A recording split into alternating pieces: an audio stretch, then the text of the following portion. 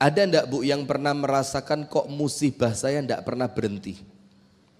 Satu belum beres, datang yang baru lagi. Yang baru ditata pelan-pelan, diatur rapi-rapi supaya hasilnya bagus. Ternyata dikejutkan dengan masalah yang baru. Kalau dalam bahasa Indonesia, walaupun ya tidak tepat 100% ya, sudah jatuh tertimpa tangga. Jadi seakan-akan kok urip itu gak enak terus. Pernah merasakan begitu? Pernah Banda? Ya nampaknya semua pernah ya. Nah tapi mudah-mudahan Allah jauhkan keburukan dari kita. Amin ya Rabbal Alamin. Begini Bu, Anda buka dalam Al-Quran. Dalam surat Al-Baqarah, Allah Ta'ala telah menetapkan dunia ini tempatnya ujian. Wes, ini poin pertama. Jangan berharap di dunia tenang. Jangan berharap di dunia tanpa gangguan. Jangan berharap di dunia Anda akan istirahat dengan nyaman. Nanti panjenengan kecewa. Karena memahami hakikatnya dunia, itu menjadikan kita terhadap dunia itu gak sepiro ekspektasinya tidak terlalu tinggi. Jadi apa yang Anda bayangkan tentang penilaian Anda terhadap dunia ini tidak akan terlalu muluk-muluk, sehingga Anda ngerti ketika Anda dikecewakan orang, Allah yo namanya juga di dunia. Ketika Anda dikhianati orang, Allah juga namanya dunia. Ketika Anda bisnis terus bisnisnya belum sukses, sudah ditipu sama investor, ditipu sama rekan kerja, Allah ini cuma dunia. Nah, maka memahami hakikat dunia Bu, itu menjadikan Anda tenang. Sekarang begini, ada dua kisah. Supaya kita faham, selama masih di dunia mesti Bu diuji dengan sakit, diuji dengan sumpek, diuji dengan kekurangan harta, diuji dengan orang kepercayaan ternyata dia pergi meninggalkan, macam-macam. Itu namanya dunia. Contoh yang pertama, tidak ada orang yang selamat dari kematian, betul apa enggak? Dan kematian itu Bu, bikin kita ini mikir yang aneh-aneh. Engkau lek aku mati, bojoku mbek sopo? Engkau lek aku mati, anakku sing bayari sekolahe sopo? Engkau lek aku mati, dek kuburan aku karo sopo? Dan itu normal, ndak apa-apa. Panjenengan mikir begitu, ndak apa-apa. Ya memang orang itu ketika hidup di alam dunia, dia ndak punya pengetahuan tentang alam barzakh. Betul apa ndak? Nah sehingga ketika Anda ngerti bahwa orang yang di dunia pasti mati, itu bikin tenang dikit. Nah begini, orang yang salah memahami tentang kematian, dia akan salah memahami tentang kehidupan. Benar apa enggak? Belum tahu kok iya.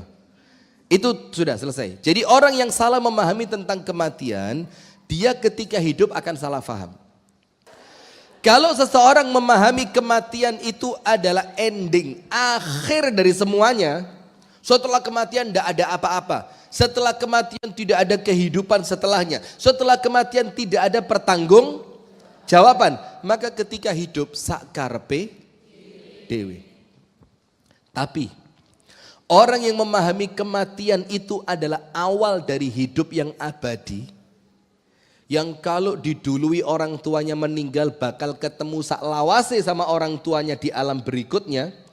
Kalau ditinggal anaknya meninggal duluan, nanti dia mikir kalau saya meninggal bakal ketemu anak saya saklawase. Maka ketika di dunia dia akan kerja keras bagaimana mikir, bagaimana ikhtiar agar kehidupan berikutnya sempurna. Ya laitani qaddamtu lihayati. Ini omongannya siapa? Ya laitani qaddamtu lihayati. Duhai, coba dulu waktu di dunia saya bekerja keras untuk kehidupan saya sekarang. Ini omongannya orang kafir ketika orang kafir masuk alam kubur dan dibangkitkan di hari kiamat. Akhirnya mereka sadar ternyata ini hidup yang sesungguhnya. Coba dulu waktu di dunia saya persiapkan untuk hidup yang sekarang. Karena hidup yang sekarang untuk selama-lamanya. Faham? Nah sekarang Sa'ad ibnu Mu'adz. Ketika Sa'ad ibnu Mu'adz itu meninggal dunia, Rasulullah mengatakan apa? Lau naja ahadun min dhammatil qabri la naja hadzal abdus salih. Kalau ada orang yang selamat dari kematian, jadi kalau di dunia ini ada orang yang Allah takdirkan tidak wafat, maka kata Nabi Muhammad yang paling pantas ya orang ini, namanya Sa'ad ibnu Mu'adz. Namanya siapa? Masuk Islam umur 30, meninggal umur 33. Islamnya berapa tahun? Cuma 3 tahun. Ketika orang ini meninggal dunia, Rasulullah mengatakan apa? Ihtazza arsyur rahman. Singgasananya Allah itu ndredeg. Bergetar dengan kematiannya siapa? Sa'ad. Nah, maka kalau sekedar orang semacam kita bu, ya ndak mungkin nyaingi Sa'ad bin Mu'adz. Itu pun dia meninggal dunia, apalagi manusia semodel kita. Contoh kedua, maka dunia itu gak ono enake. Yo ada enaknya sedikit, setelah itu susah lagi. Ada enaknya sedikit, setelah itu susah lagi. Iya Banda? Sudah. Nomor 2. Anda tahu rumah tangga yang paling bahagia di dunia ini, mulai zamannya Nabi Adam sampai Nabi Nuh sampai Nabi Muhammad, yang paling bahagia rumah tangganya siapa? Rumah tangga paling bahagia se-alam raya itu tidak diragukan adalah rumah tangganya Nabi Muhammad bersama siapa? Istrinya. Betul apa enggak? Tapi apa Anda kira rumah tangganya Nabi Muhammad tidak ada masalah? Ada apa enggak? Ada. Cuma ketika masalah itu datangnya kepada orang yang baik, Allah yang menyelesaikan. Tapi tetap ada masalah. Salah satu masalahnya apa? Jadi istrinya Nabi Muhammad itu kompak. Dalam tanda kutip, demo. Minta kenaikan uang belanja. Apa yang terjadi? Mereka kompak semuanya. Bilang, ya Rasul, uang tidak cukup. Maka kami minta tambahan. Sampai itu menjadikan Rasulullah itu dalam tanda kutip juga nggih, itu merasa terpukul. Itu masalah. Kemudian oleh Allah langsung dijawab pakai ayat Al-Quran. In kunna turidna dunya wa zinataha. Kalau kalian minta dunia beserta semua isinya, wahai istri Nabi, oleh Allah dikasih. Kalau memang itu pilihan kalian, kalian oleh Allah akan diberi dunia beserta isinya. Tapi apa yang terjadi? Wa umatti'kunna wa usarrihkunna sarahan jamila. Tapi kita cerai. Tapi apa? Cerai. Nah, artinya ibu-ibu sekalian, sampai dalam rumah tangganya Nabi Muhammad pun itu ada masalah. Nah, itu dunia bu. Manusia terbaik, sahabat Nabi terbaik. Yang satu tidak mungkin selamat dari kematian, yang satu tidak mungkin selamat dari masalah. Karena itulah hakikat hidup di dunia. Apa ayatnya? Wala nabluwannakum bisyai'in. Syai' apa? Sedikit sekali. Aku akan menguji kalian kata Allah dengan sedikit minal khauf, rodok wedi. Minal khaufi wal ju' rodok luwe. Wa naqsin minal amwal. Allah uji dengan kekurangan harta. Wal anfus, kekurangan personil, circle pertemanan. Wath thamarat, kekurangan bahan makanan atau buah-buahan. Tapi tidak berhenti di situ ayatnya. Apa ayatnya mengatakan? Wabasyiris sabirin. Semua ujian-ujian tadi itu ternyata berita gembira. Panjenengan bayangin, ada orang kurang duit, Allah bilang berita gembira buat dia. Bisa bayangin enggak? Gak duit, bahkan boleh jadi utangnya akeh, boleh jadi sampai diuber-uber sama wong itu apa? Dikejar-kejar sama orang, tapi Allah katakan wabasyiris sabirin, ini untuk kamu berita gembira. Syaratnya satu, kalau orangnya oleh Allah diberikan taufik untuk sabar. Diberi taufik untuk apa? Sabar. Selama dia sabar, masyi syar. Orang Arab bilang tidak ada yang buruk. Orang dikasih penyakit separah apapun, tapi orangnya sabar, ya apa? Sakit parah, sakit yang kalau sakitnya itu kambuh, mungkin dia sampai tidak bisa merasakan napas itu kayak angel. Tapi orangnya sabar, baik atau buruk buat dia? Baik, karena penyakitnya menghapus dosa, penyakitnya meninggikan derajat, dan sabarnya dapat pahala tersendiri. Orang lagi miskin gak duwe apa-apa blas, omai bocor banyak tikusnya, tapi Allah karuniakan orang itu dikasih kemampuan sabar. Baik apa enggak? Maka Nabi Muhammad mengatakan ma u'tiya ahadun ata'an khairan wa awsa' minas sabr. Tidak ada pemberian dari Allah kepada seorang manusia yang lebih baik dan lebih banyak dibandingkan ketika Allah memberikan kesabaran. Maka mintanya sama Allah apa? Rabbana afrigh alaina sabra. Ya Allah, afrig, panjenengan ngerti afrig enggak? Afrig itu bukan tumpahkan, gini, afrig itu gini. Ya memang enggak ada ceret, enggak ada gelas, enggak ada apa. Contohnya ini aja. Tapi ya ceramai pas materi sabar. Gini Bu. Ini katakan gelas. Ini apa? Lah, enggak bisa melihat. Apa ini?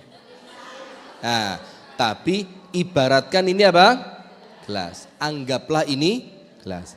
Ini teko berisi jin. Langsung digosok. Cus, keluar. Saya beri 3 permintaan. Wah. Sudah? Ini isinya teko berisi teh. Afrigh itu memindahkan isi teko ini dituang sampai habis ke wadah yang lain.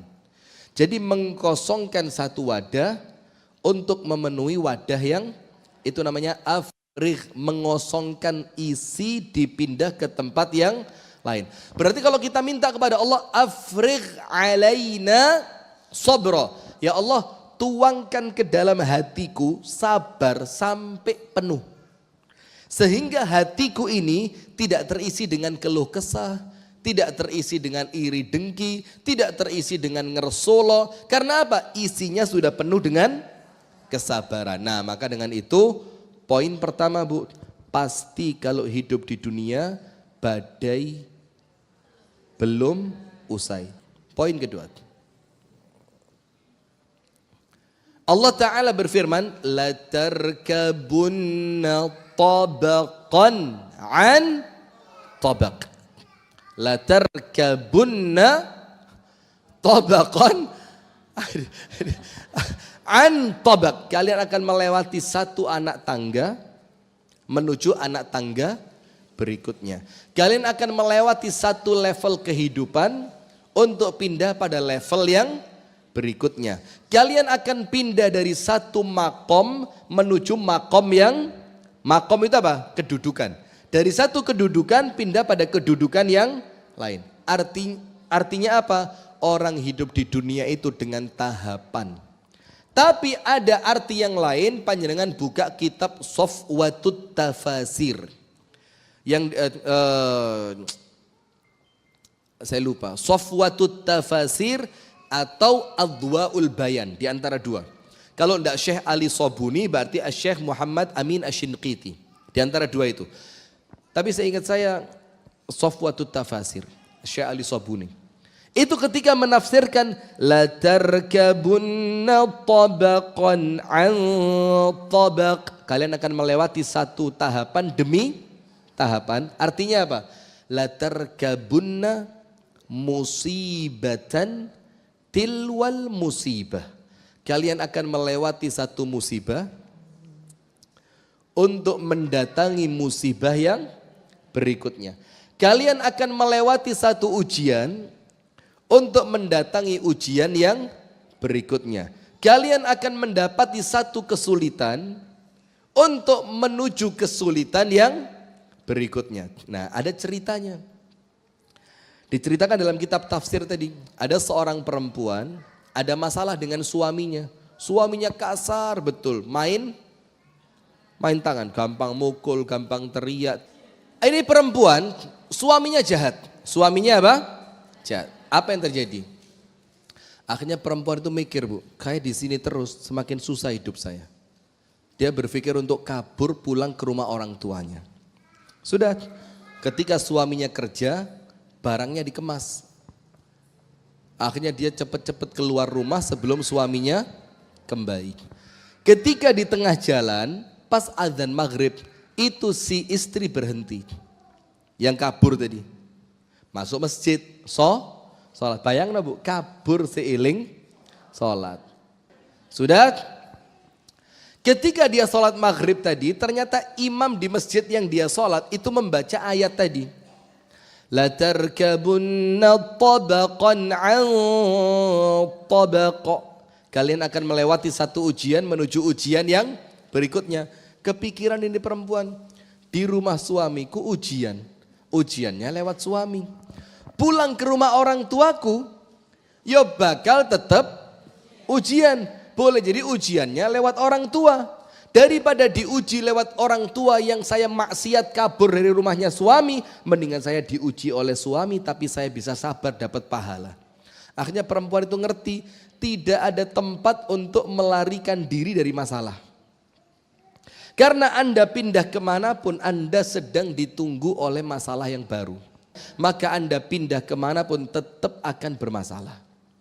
Nah, maka dari situ ibu-ibu sekalian, Allah sebutkan di sini latarkabunna tabaqan an tabaq. Berarti ibu-ibu sekalian, kalau kita ngomong badai belum usai, lo ya memang badai itu tidak akan pernah usai. Selama kita masih hidup di dunia, ada ujian, apalagi senengane kumpul manusia, mesti ada ketersinggungan, ada kesalahpahaman, ada ketidakcocokan, ada ketidaknyamanan, ada ditipu, dikhianati, diakali, macam-macam. Karena apa? Memang sunnatullahnya seperti itu, sebagaimana yang dikatakan oleh para ulama. Tulis, ad-dunya darul bala. Ad-dunya darul bala. Dunia ini tempat orang diuji. Wal akhiratu, sementara akhirat itu darul jaza, negeri tempat menerima bayaran, pembalasan. Nah, maka dengan itu ibu-ibu sekalian, mumpung masih di dunia, kalau ada masalah, ada musibah, ada kesulitan, ada penyakit, disabari. Nah, sekarang 4 poin, tulis, ada 4 poin untuk menyelesaikan musibah dengan kebaikan. Ada 4 poin, 4 hal, 4 perkara. Apa 4 hal ini yang menjadikan musibah itu, Bu? Bukan musibahnya hilang, mustahil. Bukan kemudian hidup Anda tanpa ujian, mustahil. Bukan kemudian urip Anda penak, terus guyu, terus ngakak, terus enggak, mustahil. Enggak ada cerita di dunia seperti itu. Wong paling sogih saja, Bu, gak mandek kerja kok. Orang yang sudah paling kaya, enggak berhenti kerja kok. Lala sing paling sugih pancet kerja sing melarat ya padha kerjane. Terus bedone sugih mbek melarat apa? Iya apa enggak? Bahkan kadang-kadang yang sugih enggak punya waktu buat ngaji. Tapi yang biasa-biasa coba, ya enggak terlalu kaya banget, ya enggak miskin, tapi cukup lah. Ada waktu buat ngaji, ada waktu buat silaturahmi, ada waktu buat kunjung ke rumah teman, ada waktu silaturahim ke rumah orang. Artinya sudah, bukan ukuran, sudah. Ada 4 perkara yang menjadikan ketika badai itu belum berlalu, tapi Anda bisa melewatinya dengan baik. Nomor 1, iman. Sekarang pertanyaannya, kenapa Bu, iman itu menjadikan orang ketika kena musibah kok bisa tenang? Ada banyak perkara. Nomor 1, orang itu kalau iman Bu, salah satu iman yang paling baik untuk menghadapi masalah, itu rukun iman yang paling terakhir. Apa? Iman kepada Allah, malaikat, kitab, rasul, hari akhir, takdir. Betul apa enggak? Mengimani takdir itu apa Bu? Kita mengimani bahwa sebelum kita dilahirkan ke dunia ini, catatan takdir kita sudah tertulis dan tidak mungkin berubah. Faham? Jadi nanti si fulan bakal nikah dengan siapa? Rumah tangganya bakal baik atau Allah takdirkan cerai? Punya anak atau tidak? Kalau punya anaknya berapa? Kalau berapa laki atau perempuan? Nanti anaknya berbakti atau durhaka? Semuanya. Akhir kehidupannya seperti apa? Diawali sakit atau kecelakaan atau bunuh diri atau macam-macam. Semuanya sudah tercatat. Maka ndak boleh nguasni, lho kayak ngono Mbak. Ya mesti Mbak yo, wong gak tahu ngaji, enek masalah langsung buyar. Coba. Ndak boleh, kenapa? Karena semuanya tidak terlepas dari ketetapan takdirnya siapa? Allah. Ndak boleh. Lho Mbak loro kayak ngono Mbak, ya Allah. Mesti biene elek. Ndak perlu. Karena semua sudah menjadi ketetapannya siapa? Allah. Yang saya, ibu-ibu dan pemirsa Sayap Dakwah TV, kita semua tidak punya pilihan. Milih itu Bu sebelum terjadi. Betul apa enggak? Ketika sebelum terjadi ada 2 jalan, jalan kebaikan dan jalan keburukan. Nah, walaupun pada akhirnya pilihan kita itu juga takdir dari siapa?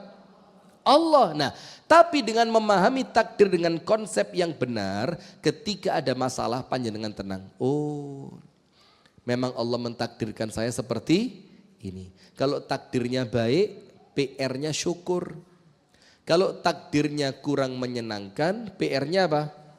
Sabar. Wong urip mek loro iki tok, antara sayap syukur atau sayap sabar. Ketika salah satu di antara kedua sayap ini patah, dia tidak bisa terbang. Bagaimana biar terbangnya bisa tinggi, jauh dan lama? Kedua sayapnya harus sempurna, syukurnya bagus, sabarnya juga bagus. Nah, yang kedua, kenapa keimanan ini menjadikan orang itu ketika kena musibah, itu menjadikan dia insya Allah musibahnya walaupun berat semakin ringan dia rasakan. Nomor 2, karena dia meyakini Allah itu maha adil. Dia meyakini Allah itu maha baik. Dia meyakini Allah itu maha penyayang. Dia meyakini Allah itu maha bijaksana. Ketika Anda meyakini dengan keimanan Anda bahwa Allah memiliki semua sifat kebaikan, maka ketika ada musibah Anda ngerti musibah ini datang dari Allah yang maha penyayang, bukan dari musuh yang ingin menghancurkan. Faham? Jadi kalau kena musibah Bu, ngerti yo? Ini musibah dari Allah yang maha penyayang. Berarti ketika Allah mendatangkan musibah ini bukan untuk menghancurkan saya. Tapi untuk apa? Wujud kasih sayangnya siapa? Allah. Karena kalau kita kena musibah, biasanya hubungan dengan Allah bagaimana? Intens, mesra. Ada apa? DP itu apa? DP. Sholat tahajudnya ndak putus, puasa sunnahnya istiqomah, bahkan ditambahi baca Nah, maka apapun yang terjadi, yang penting menjadikan panjenengan semakin dekat dengan Allah, maka tidak masalah. Wes, mau dekat dengan Allah lewat musibah, atau dekat dengan Allah lewat nikmat, atau lewat ilmu, atau lewat apapun. Sing penting endingnya bikin saya dekat kepada Allah. Maka la ubali, tidak peduli ya Allah. Sampai Umar bin Al-Khattab mengatakan apa? Saya tidak pernah mikir bakal dikasih takdir baik atau dikasih takdir buruk. Gak tak pikir wong kudu tugasku. Karena salah satu yang bikin hidup itu berat apa? Panjenengan mikir yang bukan tugas panjenengan. Akhirnya apa? Kabotan. Karena kapasitas kita ini terbatas. Kalau kita mikir apa yang menjadi tugasnya Allah, ya ngeluh panjenengan. Wong tugasnya Gusti Allah lah kok panjenengan pikir. Nah, maka salah satunya ibu-ibu yang dirahmati oleh Allah, ketika kita ini kena musibah, ternyata musibah itu bikin kita semakin dekat dengan Allah, maka tidak peduli. Kenapa tidak peduli? Karena Umar mengatakan, saya tidak peduli mau dikasih takdir baik atau dikasih takdir buruk, saya tidak peduli. Kenapa tidak peduli? Karena saya tidak tahu mana di antara kedua itu yang mendekatkan saya kepada Allah. Boleh jadi ada orang yang dekat kepada Allah dengan takdir kaya. Tapi tidak kurang yang dekat kepada Allah harus lewat takdir miskin. Ada orang yang dekat dengan Allah lewat takdir sehat.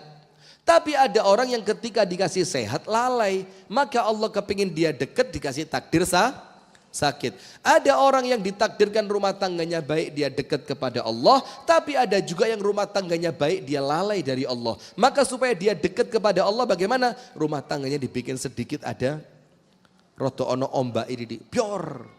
Ketika mulai ada ombak, cek, selama ini saya lupa kepada Allah. Nah maka nomor satu, iman. Kalau imannya kokoh, musibah itu insya Allah terasa lebih ringan. Nomor satu karena apa? Karena dia yakin takdir sudah ditetapkan oleh Allah. Nomor dua, dia ngerti bahwa takdir ini datangnya dari Allah yang penyayang, bukan dari musuh yang ingin menghancurkan. Nomor tiga, masih tentang iman. Orang itu kalau kena musibah bu, akan ringan dengan iman. Kenapa? Dia yakin dengan keimanannya hidup bukan cuma sementara dunia itu sementara itu selamanya. Kalau dunianya sementara berarti musibahnya selamanya. Ayo jawab. Kalau dunia saja sementara, terus musibahnya kira-kira bagaimana? Ya lebih sementara dibanding dunia. Masa Anda hidup 80 tahun masalah terus? Kan tidak. Anda hidup 50 tahun masalah? Kan tidak. Iya benda. Nah maka memahami bahwa dunia ini sementara, akhiratlah yang selamanya. Dan memahami itu lewat apa? Lewat iman. Kalau imannya ngerti, oh tidak apa-apa ada masalah. Wong cuma dunia. Sebentar lagi kalau saya meninggal, saya pindah ke akhirat. Sementara saya ketika diuji sama Allah, saya lulus dengan kesabaran saya di surga. Nanti di alam kubur tinggal istirahat. Maka dikatakan oleh Nabi Muhammad SAW, al-abdul mu'min idza mata al-abdul mu'min istaraha min dhiqid dunya ila min istaraha min ta'abid dunya wa nasabiha ila rahmatillah. Seorang yang beriman itu kalau meninggal dunia istirahat dari kelelahan dunia. Berarti mati itu artinya apa? Istirahat dari apa? Lelahnya dunia menuju rahmat dari Allah. Sip, itu 3 hal.